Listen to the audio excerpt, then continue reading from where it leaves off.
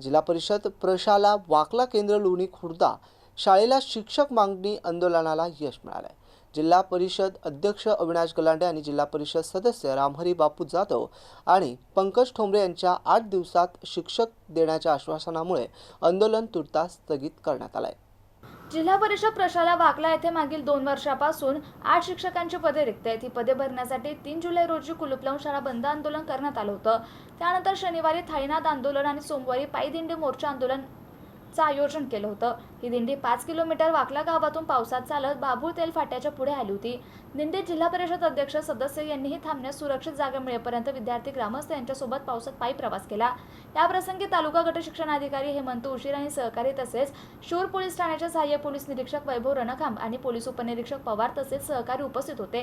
गावातील ग्रामपंचायत सरपंच, उपसरपंच, सदस्य, शालेय व्यवस्थापन समिती अध्यक्ष, सदस्य, विद्यार्थी आणि पालक मोठ्या संख्येने उपस्थित होते।